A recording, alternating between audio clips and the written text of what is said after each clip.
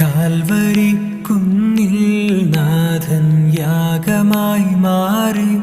അന്നു കാൽനടയായി നാഥൻ മലമുകളേറി. അന്നു ജീവനേകുവാനായെന്തു പാടുപെട്ടു നീ. അന്നു ജീവനേകുവാനായെന്തു പാടുപെട്ടു നീ. എൻ്റെ ജീവനാ